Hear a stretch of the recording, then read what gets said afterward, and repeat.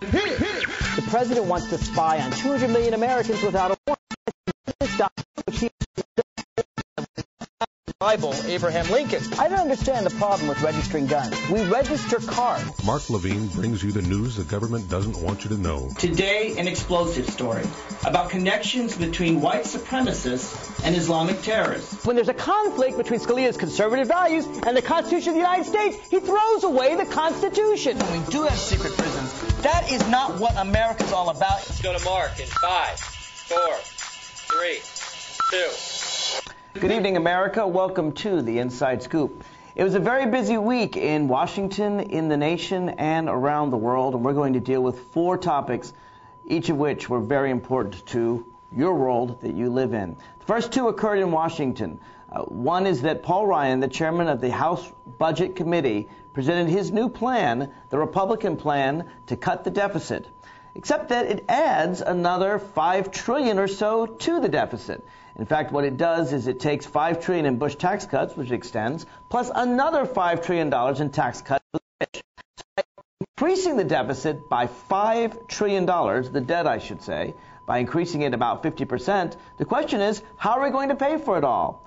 The answer, well, Paul Ryan doesn't tell us. So if you don't know the details of Paul Ryan's plan, don't worry, Paul Ryan doesn't know them either. Neither do the Republicans. We're going to talk about the plan and its details. The one thing we do know, though, is that he's going to take the money from the very poor. So if you think that the homeless need to give up their blankets because Mitt Romney doesn't have enough of them, you will support the Paul Ryan plan.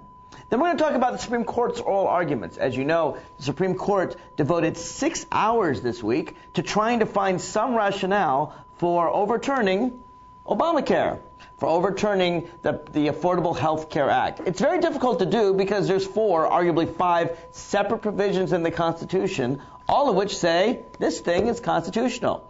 But they devoted 6 hours to it, more than they've had in 50 years. Remember, they overturned the presidency. They kicked out Al Gore and put George Bush in with only an hour and a half of oral argument. It shows how hard they're reaching to try to overturn this law. Coming up in the third segment, Trayvon Martin. You know, of course, the tragedy that occurred in Florida. Everyone is talking about it. Their new revealing analysis of the audio tapes, the 911 tapes, that suggest, about 95%, the experts say, that it was Trayvon Martin, not George Zimmerman, doing the screaming. We're going to play some 911 tapes, specifically the famous one, the first one, the one by George Zimmerman, to learn what we can learn about the facts of the case. And finally, we've got the situation in Syria. A massacre, a brutal massacre. It goes on, and the world does almost nothing. Just today, the Arab countries and the United States announced they were giving monetary aid to the people trying to fight to save their lives, but not arming them. I disagree. I don't think it goes far enough. I think we need to be on the side of the people of Syria, and I'm not afraid to say so, even though there's some on the left and the right that think we should stay out. No, I'm not saying we need an Iraqi-style invasion, but when people are being massacred for merely expressing themselves, I think it's the role of the United States and the world to step in. So we've got a lot planned for you today. If you want to call in and add your 2 cents to discussion, I really hope you do. Whatever I'm talking about, I want to hear from you. The number is 571-749-1166, or you can call toll-free from wherever you're watching, 888-488-MARK, 888-488-6275. Let's get right to Paul Ryan. So, we have the Paul Ryan plan. And this is an article we can show right here from The Hill. Paul Ryan's plan apparently is a secret plan. You may have heard of Richard Nixon's secret plan to end the war in Vietnam. Well, as The Hill points out, The Hill, of course, is the Capital News newspaper. The Hill points out that it is still a very, very secret plan. He won't give the details of exactly how he plans to balance the budget because, they say, just as with Richard Nixon, it doesn't exist. Here's the important part to understand about the plan. Not only will he extend the debt by $5.4 trillion by extending the Bush tax cuts, but he wants to give an additional $4.6 trillion in tax cuts, which, like the Bush tax cuts, are mostly focused at the very rich. As The Hill points out, that's a cool $10 trillion, $10 trillion in tax cuts. But there aren't even close enough cuts to make up that loss of revenue over the next decade. So how does he plan to do it? How's he going to fix it? Well, he won't tell us. He won't give us the details of his secret plan. He says he's going to get rid of some tax breaks. Which tax breaks? The mortgage interest deduction, deductions for charity, deductions for insurance, deductions for local taxes paid. He won't tell us. We don't know. What we do know is he's going to savagely cut any programs that help the poor. He wants to cut the national government from 12% of the gross domestic product, apart from Social Security and defense and Medicare, to 3.5%. He wants to cut the budget 3/4. So I guess we have to close 3/4 of the national parks, 3/4 of the nation's interstates, 3/4 of the nation's museums. We have to certainly make sure that we cut food stamps from $6 a day to $1.50 a day. If you haven't lived on $1.50 a day, don't worry, the poor won't be able to either. What is the purpose of the Paul Ryan plan? Why have they proposed it? Does anyone think this will pass Congress? The answer is clearly no. Not only would President Obama veto such a plan, it won't even get a majority vote in the Senate, much less enough to get past the Democratic filibuster. What the Paul Ryan plan does is it sets out the parameters of Republican thought, the parameters of what it means today to be a conservative. And if you were a Richard Nixon conservative or a Ronald Reagan conservative, let me assure you, you would be considered an extreme liberal according to Paul Ryan. According to Paul Ryan, the poor in America are not poor enough, and the rich are not rich enough. And even though 93% of all the income earned in the last 5 years went to the top 1%, it's not enough. As I said, there are homeless people that still have blankets, and they can afford to give up their blankets so that Mitt Romney can get, a Caribbean island, maybe two. It sounds extreme. It is extreme. And if you want to know why these details haven't been put forward in the press, well, the answer is quite simple. He won't tell us the details, but he will tell us where it's coming from. It's coming from Medicaid, right? It's coming from welfare programs. It's coming from insurance programs. One thing that we know he'll do is he'll put 34 million Americans right out on the street. And according to the Congressional Research Service, the deductions that he proposes, that's only $570 billion a year. So you've got 10 trillion and you've got 500 billion. He'll tell us about where 1/20th is coming from. Where's the other money coming from, Paul Ryan? He won't say. What we do know is that Mitt Romney has endorsed the budget, Paul Ryan's budget. Santorum has as well, but it doesn't matter. Mitt Romney is going to be the Republican nominee. Now, what is Mitt Romney going to say about this budget? Is he going to admit the truth, which is that he doesn't know what's in the budget because Paul Ryan doesn't know what's in the budget, because the budget itself has nothing in it? Or will he do some kind of finesse like, I didn't really read it, and they told me it was good, and I don't look at everything I read? Will there be asked detailed questions to Mitt Romney about the Ryan budget? There should be. Paul Krugman points out that when the Heritage Foundation, this is an article in the New York Times, by the way, that when the Heritage Foundation analyzed this, they claimed that magically the economy would grow an amazing amount from these tax cuts. Let's see, they claimed it would grow 2.8%. They claimed it would bring the unemployment rate down to 2.8%. That was on the Heritage Foundation website. And as Krugman points out, there was so much widespread jeering that they actually banished that. They removed that from the website. They're basically just making stuff up. The idea is that the Republicans have, and it's something we've talked about before, is that the budget, by transferring money from the poor to the rich, which Republicans call the job creators, this budget would magically transform the economy so that the unemployment rate goes really low. But is that really true? When you take money from the middle class people and give it to the rich, does it really make the economy richer? Does it make the economy grow? Well, all you have to do is look what happened in the last decade under George Bush. The rich got very, very rich, the middle class stayed even, and our economy basically limped along. Compare that with what happened in 1993 under Bill Clinton. In 1993, you may recall, Bill Clinton raised the top tax rate on the top taxpayers a huge 3.6%. Okay, not that huge. but enough that the Wall Street Journal claimed this would cause our economy to spiral into a deep recession. Because the Wall Street Journal and conservatives teach that when you take money from the rich and give it to the middle class, that redistribution of wealth causes all economies to collapse. The Wall Street Journal was wrong. The 90s were the greatest economic engine America's ever seen. So, how does it work? How are we to understand the economics of it all? Why is it that when the middle class have money, the economy grows, and when the rich have money, the economy doesn't? Shouldn't everyone spend money the same? The answer is no. Economists teach a concept called the marginal propensity to consume, and it sounds like a highfalutin ivory tower concept, but it's really not that complex. What it means is that when you have a ton of money and someone gives you more, you really don't go out and spend it. But if you don't have any money and they give you money, you're likely to spend it. Let me give you an example. Let's say you've got someone who's struggling to get along, and he makes $10,000 a year, and you give that guy $10,000 more for his family. He's going to spend that money, right? His family needs to eat. He needs to pay rent. He's got food bills. He's got car bills. This guy needs the money. That $10,000 is going to go out the door almost as quickly as he gets it, and it will get into the economy, and it will get into grocery stores, and it will get into maybe he'll buy a toy for his kids at Christmas, and then people will have to manufacture more toys, or they'll have to make more of whatever he's buying. That money gets into the economy. Give that same $10,000 to a guy that makes $100 million, he won't even notice it. I mean, Mitt Romney said, for example, that $374,000 was not that much. Because to Mitt Romney, it isn't that much. It's really very simple to understand. For Mitt Romney, $374,000 is nothing. For a poor middle-class person, $10,000 is a lot. Mitt Romney throws that off in a bet, much like you might have in a poker game.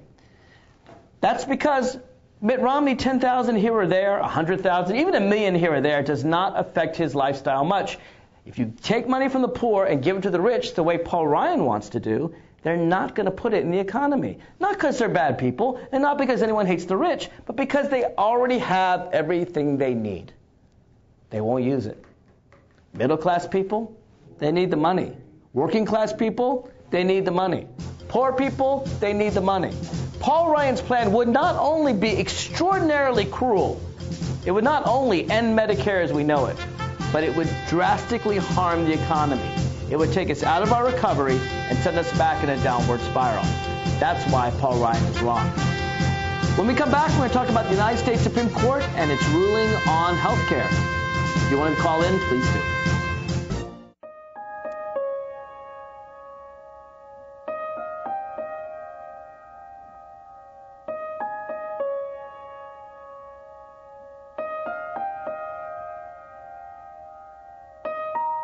Some dreams are universal. Dreams that inspire us. Multiple sclerosis is a devastating disease that changes lives forever. The National MS Society does more for people with MS than any organization in the world. But we can't do it alone. To get involved, visit us online at nationalmssociety.org. or call 1-800-FIGHT-MS. This is why we're here.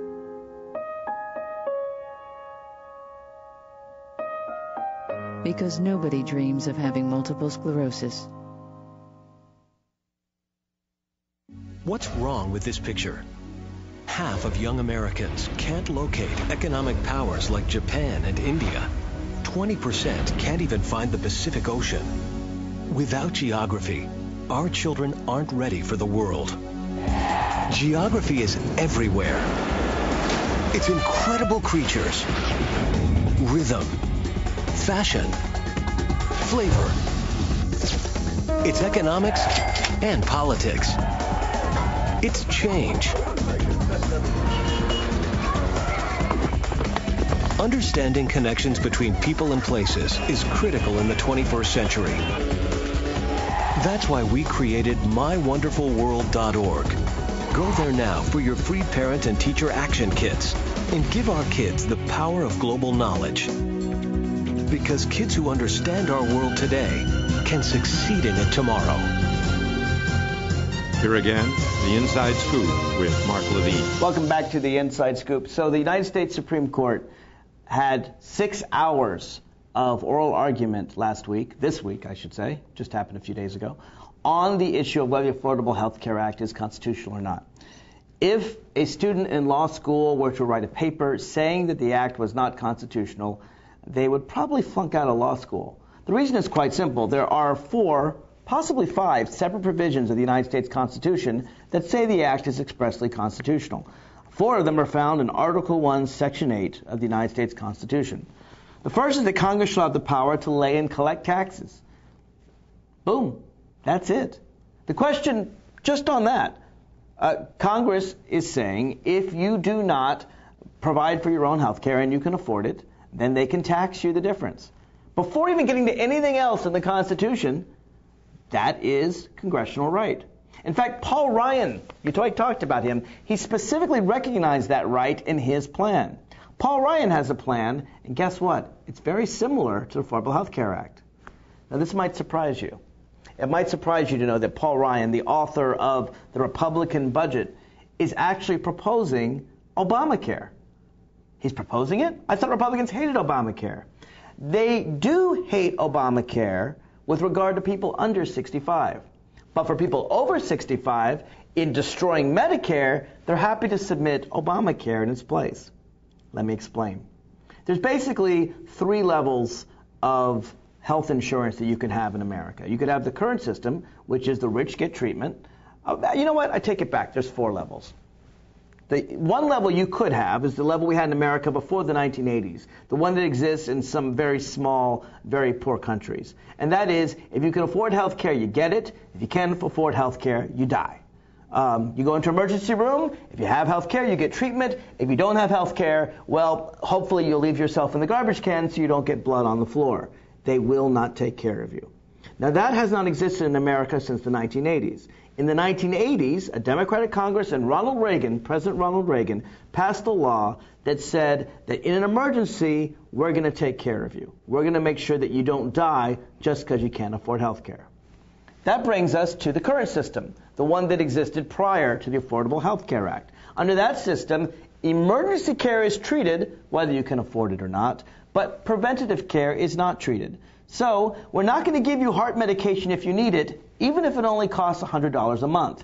Instead, when you complain of a heart attack and your heart stops working, we can take you to the emergency room and give you quintuple heart bypass surgery, which instead of costing $100 a month, will likely cost you $100,000, $200,000, $300,000. Only it won't cost you, it'll cost the taxpayer, because as I said, we have a law that says we're not going to let you die.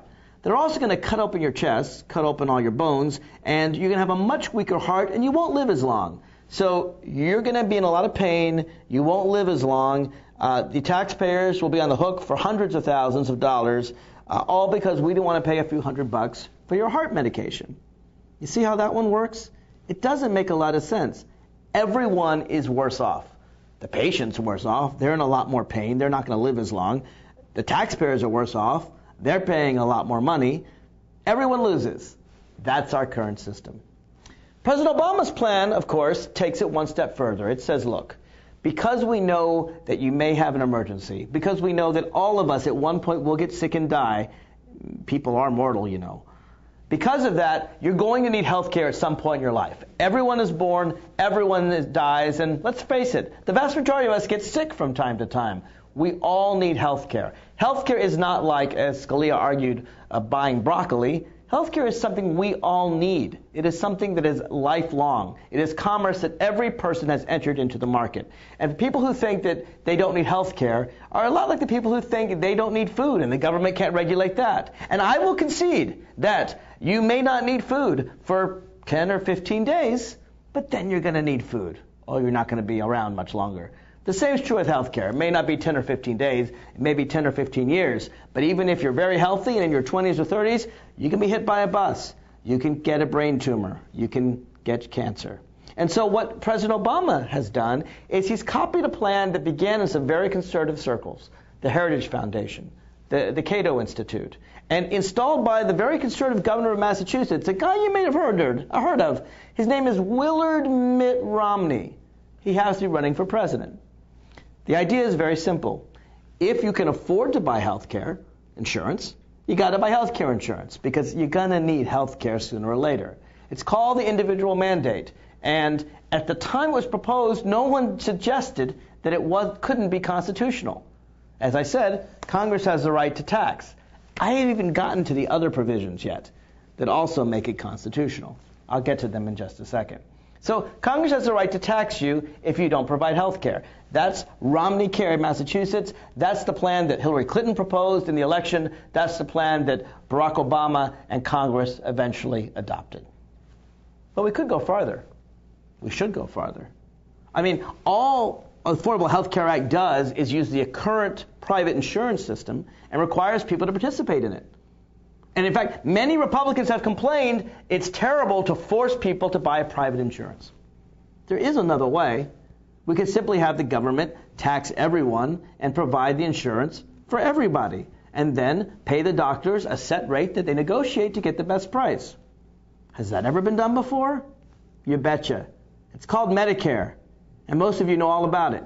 You certainly know about it if you're over 65. If you're under 65, you know because your paycheck, a little bit of it goes to Medicare because the government taxes you. They have a right to do that under Medicare.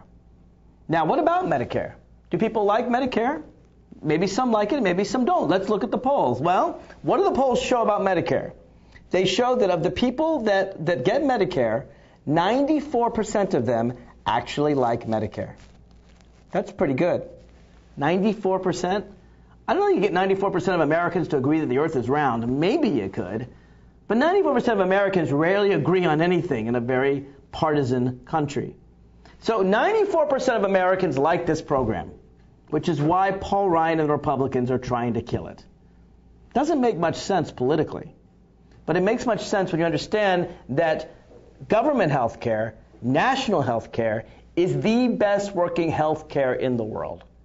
You don't have to take my word for it. Just look at the objective cost. The cost of Medicare, the administrative cost of making the whole program work, taking all that money in from every taxpayer in the United States, distributing it out to each beneficiary, figuring out how much they get, how much the doctors get, how much the drug companies get, and making it all work. You'd think that would take a lot of effort. It does cost 3% of the program. 3% of all the money that goes into Medicare goes to administrative costs, goes to figuring it out who gets what when. Okay, 3%. How does the private sector do it? The private sector doesn't quite reach the level of 3%.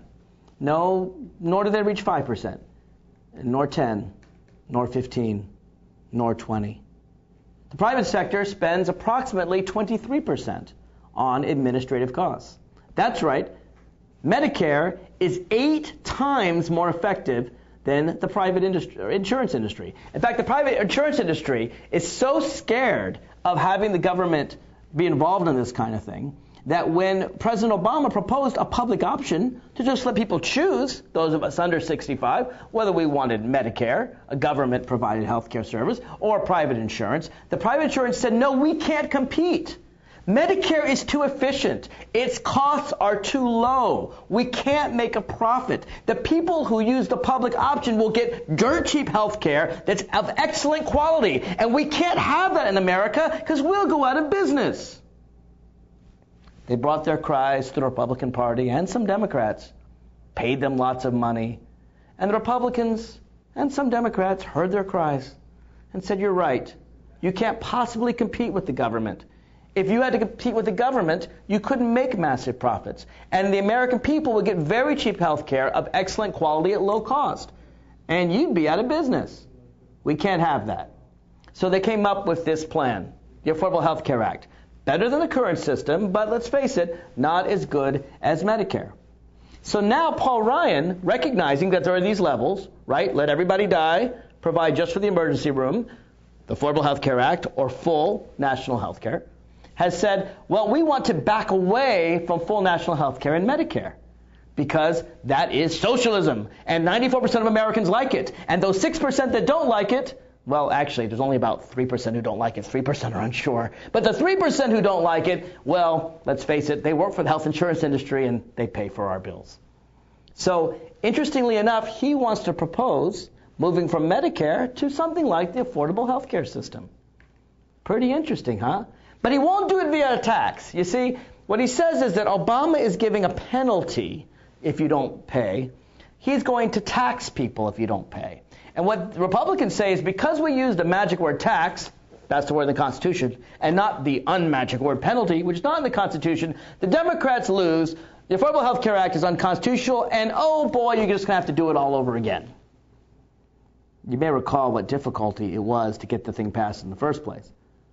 In fact, when Paul Clement, the person representing the states, the Republican states, trying to overturn the constitutionality of the Affordable Health Care Act, when he said Congress can just do this all over again, the whole court erupted in laughter.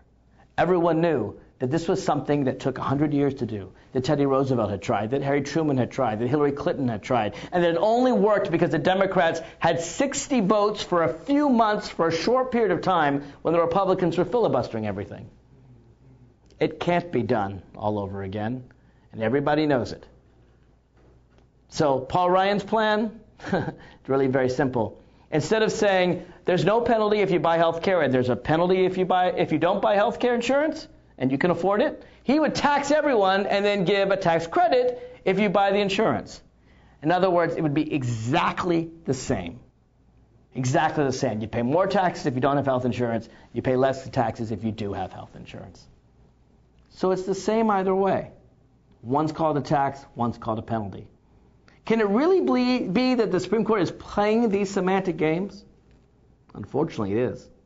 And that's not the only thing. Because even if you don't look at taxes, even if you look at the next part of the clause, Article 1, Section 8, Congress shall have the power to lay and collect taxes to provide for the general welfare of the United States.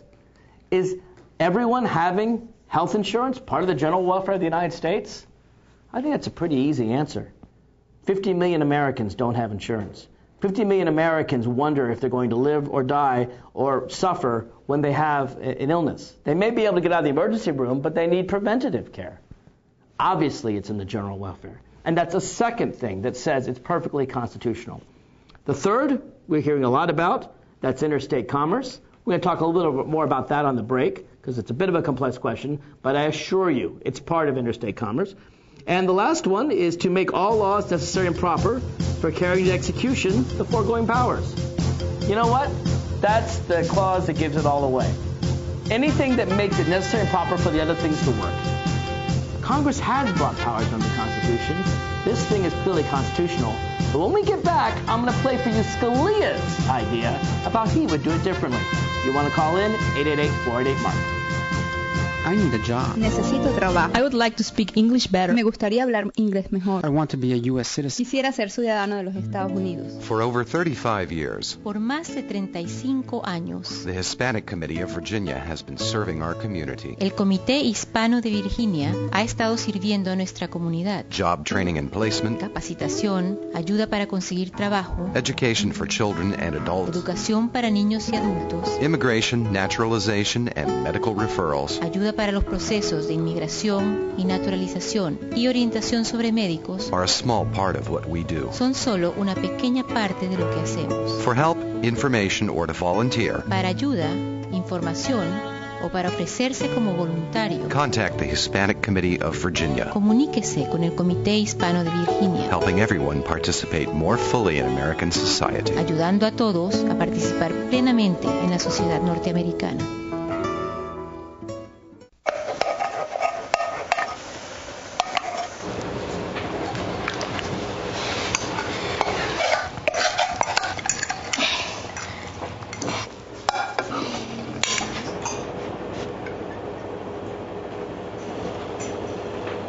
Hey, Lena, where's yours?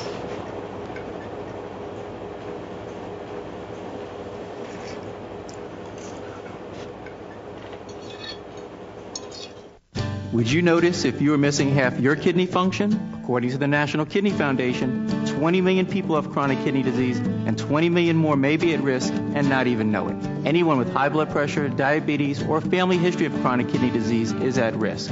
Early diagnosis is vitally important. To get the whole story, talk to your doctor and visit the National Kidney Foundation at kidney.org or call for a free brochure. because when it comes to chronic kidney disease, you might not know the half of it. Here again, the Inside Scoop with Mark Levine. Welcome back to the Inside Scoop, talking about the Supreme Court's ruling, or specifically their oral arguments, in their attempt to overturn the law passed by Congress to make health insurance affordable for everyone. It's the law that, let's face it, Republicans derisively call Obamacare. If you wanted to call in and discuss this, I want to hear from you. 888-488-MARK, 888-488-6275. Prior to the break, I pointed out that the Congress's taxing authority gives it power to do this. Congress's authority to provide for the general welfare gives its power to do this. The necessary and proper clause, the clause that says anything necessary and proper to make these other things work, it can do.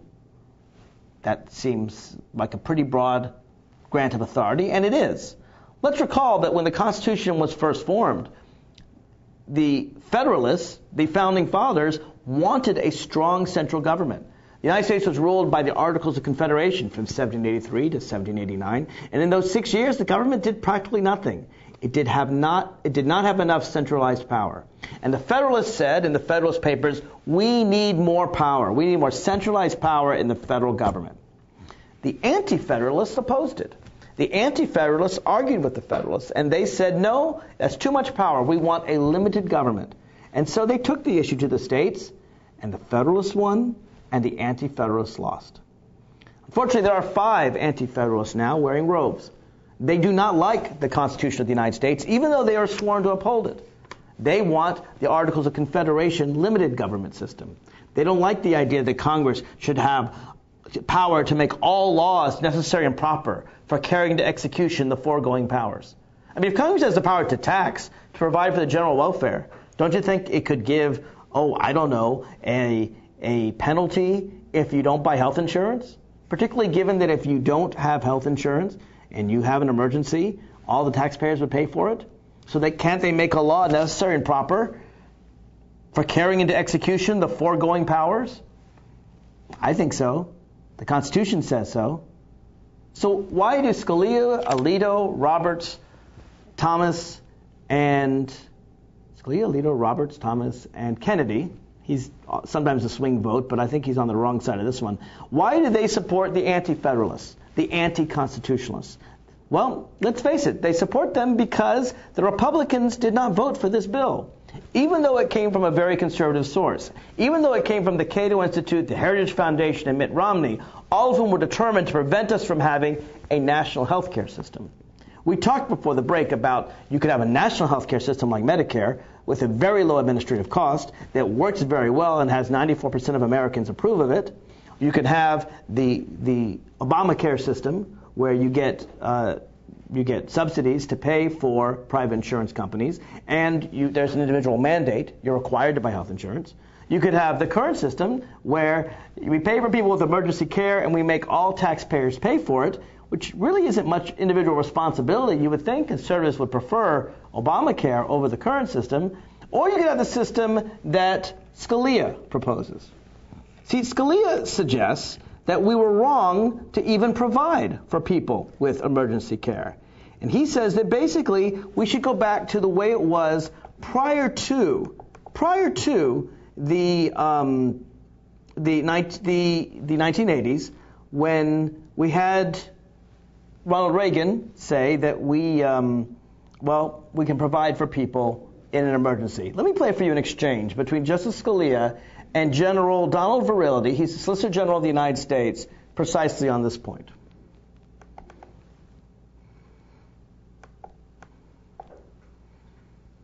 You could say that about buying a car. If people don't buy cars, the price that the new cars pay will have to be higher. You can say, in order to bring the price down, you are hurting these other people by not buying a car. That is not what we're saying, Justice Scalia. It's not what you're saying. I thought it was. I thought you're saying other people are going to have to pay more for insurance because you're not buying it. No, it's because you're going in the healthcare market. You're going into the market without the ability to pay for what you getting the healthcare service anyway as a result of the social norms that allow that to which we've obligated ourselves. So that people don't obligate yourself to that. Why? I can't imagine that the Commerce Clause would forbid Congress from taking into account this deeply embedded social norm. You can do it, but now, did you catch that? Because it's a little obscure. I want to make sure you caught it. All right. General Verrilli is saying, hey, it's not like buying a car, because if you go and you get emergency care, then everyone has to pay for it. You know, if I choose not to buy a car, I choose not to buy a car. Society doesn't have to buy a car. No one says the doesn't buy a car. You have to buy a car. But there is a law that says that if I, Mark Levine, go to the emergency room and I don't have money to pay for my emergency care or health insurance, that yes, you, society, you, the taxpayer, are all going to pay to prevent me from dying. Scalia says, let them die. Let them die. If you get hit by a car and you don't have health insurance, crawl away and please don't leave blood on the road because society has to clean it up. And you know what? Justice Scalia is absolutely right in this sense. We are not required by law to help someone who's dying. There's no requirement. If you are walking on the road and you see someone say, help, help, I'm dying, get me an ambulance, you can legally walk along the way. That's not true, by the way, in France. In France, I don't know if you know this, in France, there's a Good Samaritan law. And if you see someone scream, help, help, I'm dying, can you please call me an ambulance? And you don't call an ambulance and you can't, freedom to completely ignore someone dying and calling for help. And Scalia is saying that's the way America should be. If someone's screaming and dying for help, they shouldn't have gotten in that position to begin with. They shouldn't have gotten hit by a bus. They shouldn't have gotten a brain tumor. They shouldn't have gotten cancer. They should have provided for themselves by getting insurance to begin with. And rather than have the government oppress us by taxing us $95, that's what it is in the first year, $95 to encourage everyone to buy health care, that $95 is oppressive. Letting sick people die is not oppressive. And let's face it, 22,000 Americans died just last year from not having health insurance. Scalia says there can be more. We as society can make more. What Scalia doesn't understand, though, is that the United States Congress, under Ronald Reagan, although it shouldn't matter which president, passed a law in the 1980s that said we do take care of people in an emergency. And most Americans support that law. Most Democrats, most independents, even most conservatives, most Republicans support that law. Although I must admit, there are some in the Tea Party that believe like Justice Scalia. I don't know if you saw that debate with Ron Paul, where they asked Ron Paul what to do about someone needing emergency care, and someone from the audience screamed, "Let them die!" Well, there are people who believe like Justice Scalia, but they're the minority in America. And the Democratic majority is supposed to be able to pass these laws. Scalia does not like the law that says that we have to have the humanity to take care of someone who's dying. He doesn't like the law, and because he doesn't like the law, he wants to kill the Constitution. He wants to kill the law passed by the Democratic representatives of the American people, the law that we call Obamacare. You heard his solution. Just get rid of that other law that says we have to provide for people in emergency. But once you have to provide for people in emergency, it makes perfect sense. People are already in commerce. Everyone needs health care. And therefore, what do we have to do? We have to make sure that people pay for it if they can. If they can't pay for it, there are very generous subsidies in the law to make sure that everyone can afford health care. It will never go up to more than 2.5% of your income. And let's face it, that's not bad. For a lot of Americans, health care is way more than 2.5% of your income. I did mention there's a fourth argument. I'll mention it briefly, then we have other topics to get to. That is the Interstate Commerce Clause. That's actually the easiest. I raised the other three first because everyone was talking about the Interstate Commerce Clause. Let me just be very clear. Congress has the power, under the Constitution, Article 1, Section 8, to regulate commerce among the several states. It's a pretty broad power. It's such a broad power, in fact, that when racists in the South said we don't want to serve black people, they said, you know what? We can force you to do it. We can force you to do it with the Civil Rights Act, which is legal under the United States Constitution because of the Interstate Commerce Clause. Because we can regulate commerce, we can say that you're forced to sell to black people even if you don't want to. What is the conservatives' distinction? They say, Oh, yes, you can be forced to sell something. You just can't be forced to buy something. Does that make any sense? If Congress can force you to sell, why can't Congress force you to buy? And then they say, as Scalia did, oh, well, then they can force you to buy broccoli and buy cars. Look, the power to have a law means the power to have stupid laws. I happen to think this is a good law. So did the vast majority of the Americans elected representatives. They got 60 votes in the Senate. They got the majority of the House, right? Congress thought it was a good law. Could Congress pass bad laws? You betcha, Scalia. Congress could pass bad laws. And if Congress passes a law to make everyone eat broccoli, I will be the first to oppose that law. But the answer is the Constitution is not about saying, don't pass bad laws. The Constitution is about whether or not the Congress has the power to pass anything at all. And clearly, Congress has this power. To give you an example, let's cite Justice Scalia. Justice Scalia said back in 2005, in a case involving California's medical marijuana statute. California, the voters, in fact, the majority of Californians had voted to allow marijuana to be used for medical uses. And there was a woman who was in excruciating pain who decided to grow marijuana for her own use, promised that she wouldn't sell it to anybody else, and she used it to prevent her excruciating pain. Her name was Angel Rach. And California said, fine, it's perfectly legal under state law, and if you believed in states' rights, you'd leave California alone. But the federal government passed a law banning marijuana for any use whatsoever, and they did it under the Interstate Commerce Clause. Now, this is actually a tougher question. She's growing the marijuana for her own use. How does that affect interstate commerce? I think a reasoned argument can be made that it doesn't affect interstate commerce. I think a reasoned argument can be made that the federal marijuana laws are unconstitutional. But Scalia wouldn't hear of it.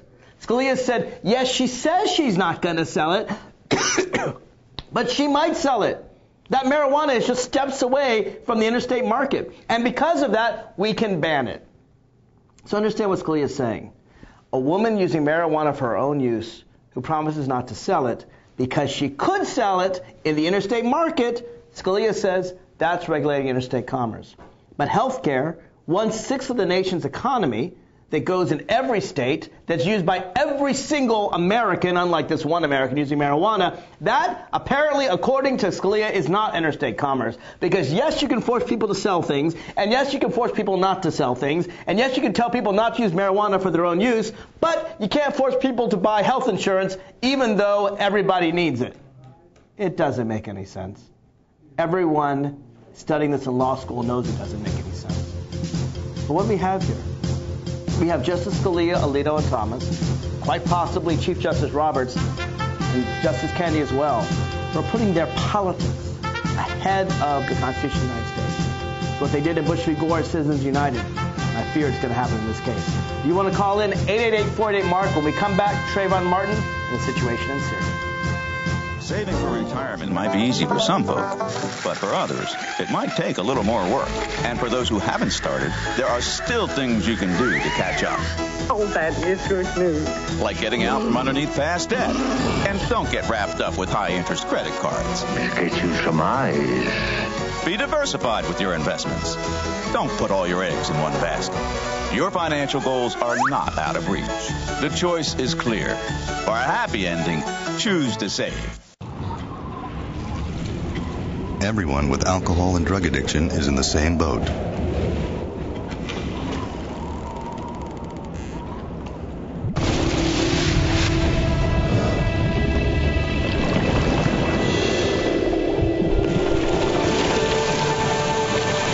With treatment, you can find solid ground. For drug and alcohol information and treatment referral for you or someone you know, call 1-800-662-HELP.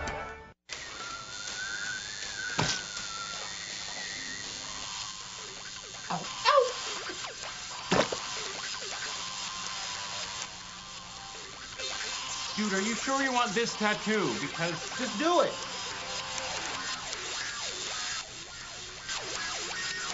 Some mistakes in life are permanent. Like hearing loss. To learn how to protect your hearing, visit asha.org. You've probably heard about heart disease, but did you know that it's the #1 killer of women nationwide? Heart disease claims more lives each year than breast cancer, lung cancer, or strokes combined. But there are steps you can take to protect yourself against it. For more information on how you can prevent heart disease, contact your local American Heart Association or visit their website at www.americanheart.org. Here again, the Inside Scoop with Mark Levine. Welcome back to the Inside Scoop. I want to talk about Trayvon Martin. If you want to call in, this is your last chance to do so. 888-488-MARK, 888-488-6275. I really want to talk mostly about George Zimmerman. When you study what he did and what Trayvon Martin did, I don't think you can come to any conclusion but that Trayvon Martin was looking to get home, looking for safety. George Zimmerman was looking for trouble. Now, we may never know exactly what happened that night, but we do have the 911 calls, and we do, in fact, have new evidence by two separate experts, including the head of the, I don't remember the name, it's something like the audio recognition technology service, the experts at examining when you hear a voice, who it belongs to. They've enhanced 911 tape, and they've said with at least 95% certainty that the voice on the tape screaming for help was not George Zimmerman. I have to say, I'm not surprised by this. We need a full investigation. Frankly, we need a trial. But it seems clear to me that Trayvon Martin was not looking for trouble that night, and George Zimmerman was. And that's, I think, the heart of the issue here. People are saying, oh, maybe Trayvon Martin attacked George Zimmerman. I didn't see it. I wasn't there. But George Zimmerman was a neighborhood watchman with the itchy trigger finger. He was out. He was looking for trouble. And I'm going to play for you the 9/11 tape in just a second. Trayvon Martin, he was watching the All-Star basketball game. He went out in the intermission in the to get a drink, to get an Arizona iced tea and some Skittles. He was trying to find his way back to an apartment that he did not know very well, because it was his mom was with her fiancé, and he'd never been there before. So you know these gated communities, you know these apartments. He's looking around. He doesn't recognize where he is. He's trying to find the right place, and he's trying to get back home to watch the second half of the game. Trayvon Martin, it seems to me, by all accounts, is a very typical 17-year-old, doing nothing wrong, carrying nothing but iced tea and Skittles. He was not looking for trouble that night. What about George Zimmerman? I want to play for you the entire 911 tape. We have time to do it. The entire 911 tape, I want you to hear, and I'll comment on it after you listen. Probably during as well. Central Police Department, line is being recorded by Sean. Hey, we've had some break-ins in my neighborhood, and there's a real suspicious guy. It's Retrieveview Circle. The best address I can give you is 111 Retrieveview Circle. This guy looks like he's up to no good, or he's on drugs or something. It's raining, and he's just walking around looking about. Okay, and this guy, is he walking like her? Now, catch that. He looks like he's up to no good. He looks like he's on drugs or something. It's raining, and he's just walking about. As if walking about in the rain is somehow wrong, or a crime, or suspicious in the United States of America. Can a kid not go out to the convenience store to get some Skittles in the rain with his hoodie on to keep off the rain? That's suspicious? Listen to more of the tape. Black or Hispanic? He looks black. Did you see what he was wearing?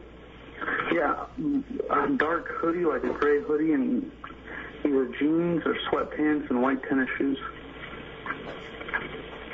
He's here now. He was just staring. Oh, he's just walking around the area? At all the houses. Okay. And now he's just staring at me.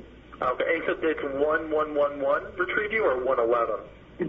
That's the clubhouse. That's the clubhouse. Do you know what he's near the clubhouse right now? Yeah, now he's coming towards me. Okay. He's got his hand in his waistband. Yeah, he's a black male. Okay. How old would you say he He's got a button on his shirt. Late teens. Late teens, okay. Mm-hmm. Something's wrong with him. Yeah. He's coming to check me out. He's got something in his hands. I don't know what his deal is. Okay, just let me know if he does anything, okay? Over here. Yeah, we got him. Again, what does he say? He says there's something wrong with him. I don't know what his deal is. He's got something in his hands. He's walking around in the rain. He's got something in his hands. We now know that he had iced tea and Skittles and that he was looking to try to find the apartment that he left that he wasn't familiar with. You know the situation. I do too. You ever been to someone's house you've never been to before? It's in one of those developments where all the places look the same, and you're coming back to it and you're like, was it D4 or was it C4? Is it this apartment or that apartment? It's dark, it's raining, it's confusing, it's humid. But for George Zimmerman, that was something wrong. Listen to how he prejudges Trayvon Martin before he ever meets him. We got him on the way. Just let me know if this guy does anything else. Okay. These assholes, they always get away. Yeah. I'm not going to repeat what he said, but you heard it. These people, these a-holes, always get away.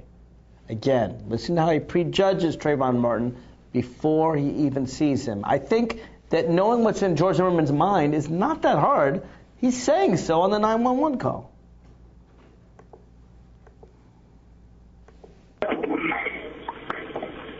When you come to the clubhouse, you come straight in and make a left. Actually, you would go past the clubhouse. It says on the left-hand side from the clubhouse? No, you go in straight through the entrance, and then you make a left. You go straight in, don't turn and make a left. Shit, he's running. He's running? Which way is he running? Down towards the other entrance of the neighborhood. Okay. Which entrance is that he's heading towards? The back entrance. Are you following him? Yeah. Okay, we don't need you to do that. Okay. Now that, of course, is the part everyone's talking about. Are you following him? Yes. Okay, we don't need you to do that. And you hear the heavy breathing? George Zimmerman's running after him. Now, who had more reason to fear? Who had more reason, frankly, to pull a gun in self-defense? The guy who's looking around for someone who's in the dark, who seems to be confused? Or someone who's walking in, you're looking to try to find where your mom is staying, and some guy you've never seen before is running after you? Who had more reason to be afraid? The pursued or the pursuer?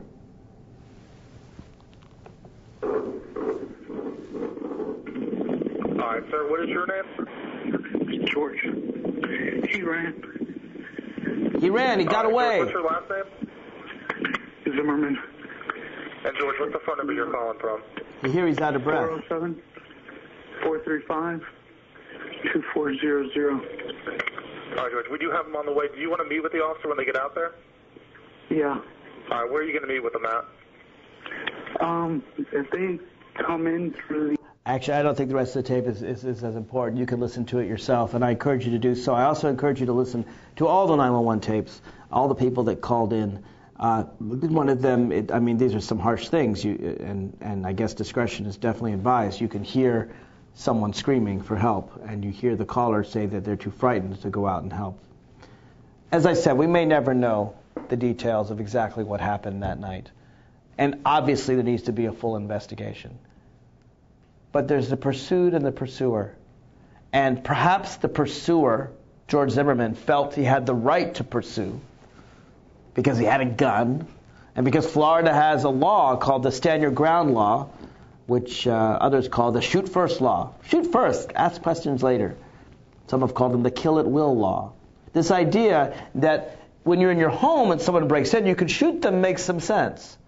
But when you're walking around the street and you see something strange, you can shoot it? That doesn't make a lot of sense. And yet these are the laws in dozens of states. Not only do we need to investigate this particular matter, but let's face it, we need to get rid of these laws. There's another place on earth, much more dangerous than Florida, where people are being shot, one right after the other. That, of course, I'm talking about is Syria. Here's a photo from the most recent massacre in Syria, showing people, their hands tied behind their back, and they're shot, and they're lying in the dirt. The journalists who took this photo are in themselves in danger. Syria has, in fact, murdered a number of Western journalists for the crime of covering their massacres. There are some on the left and on the right that say don't get involved. It's not our issue. If Syrians are killing Syrians, why should we care? And I got to say, I don't think it's a left or right issue. There are people on both sides that say that. There are others that say, well, let's just let the world bodies do their work. Well, the United Security Council doesn't do anything because Syria is Russia's ally. Russia and China have vetoed it. Yes, we have sanctions. The sanctions are good. But people are being murdered every single day in Syria. And I think it's time that we do something about it. Arab countries and the United States are giving some aid to some of the Free Syrian Army, not giving military aid, just some money. I don't think that's enough. I think we need to stop the massacres. Now, there are others from the school of realpolitik. There's actually an article by Henry Kissinger that say, hey, we don't really know who these people are. Maybe we can't trust them. You know what? Henry Kissinger's right. We don't really know what the agenda is. We don't really know where this is all going to lead. But I don't have a problem saying we should stop people from being massacred. I don't have a problem with that. You could argue that that's a good idea for American foreign policy, that if we help people in need, they will remember that. And when and if they overthrow the evil dictator, Assad, when they do that, then they might remember the United States. We might have an ally, a democratic ally for life. I certainly hope that's the case. But I don't need that reason. I don't need that guarantee to intervene. I don't know where the revolution in Libya is going to lead. I don't know if it's going to lead to democratic government. But I do know that Gaddafi had set out to murder his own people. And I do know we were right to intervene. Not to invade. I didn't support the war in Iraq. Not to go in and invade and take over the country, but to help the people overthrow their own leaders. It was the right thing to do in Syria. It was the right thing to do in Libya. It is also the right thing to do in Syria. We need to act, and we need to act quickly. Because otherwise, people are going to say, where was America? We can't help everything in the world. I understand that. We can't help the Tibetans who are brutally mistreated by the Chinese because we don't have power to defeat the Chinese. But when we can make a difference, we should. That's not a question of left or right. That's a question of right or wrong.